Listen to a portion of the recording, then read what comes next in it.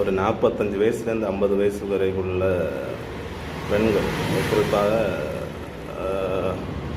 ஏதோ முதுவலியோ கழுத்து வலியோ, அதாவது முட்டு சம்மந்தப்பட்ட வலியாக இருக்கட்டும் அல்லது எலும்பு சம்மந்தப்பட்ட வலியாக இருந்தாலும் நம்ம ஹாஸ்பிட்டலுக்கு போனோன்னா டாக்டர்ஸ் கேட்பாங்க, உங்களுக்கு மெனோபாஸ் பீரியட் முடிஞ்சிடுச்சா அப்படின்னு கேட்பாங்க.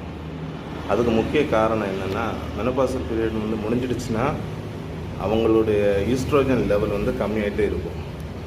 ஈஸ்ட்ரோஜனுக்கு என்ன வேலைன்னா, அது நம்ம சாப்பிட்ற உணவுலேருந்து கால்சியத்தை எடுத்து அதை ரிட்டைன் பண்ணுற வேலை அது ஒன்று பண்ணும் ஈஸ்ட்ரோஜன். அப்போ ஈஸ்ட்ரோஜன் லெவல் நமக்கு உடம்புல கம்மியாகும்போது என்ன ஆகும்னா, அது ஆட்டோமேட்டிக்காக கால்சியம் லெவல் கம்மியாகிடும். இதனால் போன் மாஸ் லெவல் கம்மியாகிடும், போன் வீக் ஆகிடும் சொல்லப்போனால். ஸோ இதனால தான் அவங்க அங்கே போனோடனே நம்மகிட்ட கேட்குற கொஸ்டின், நம்ம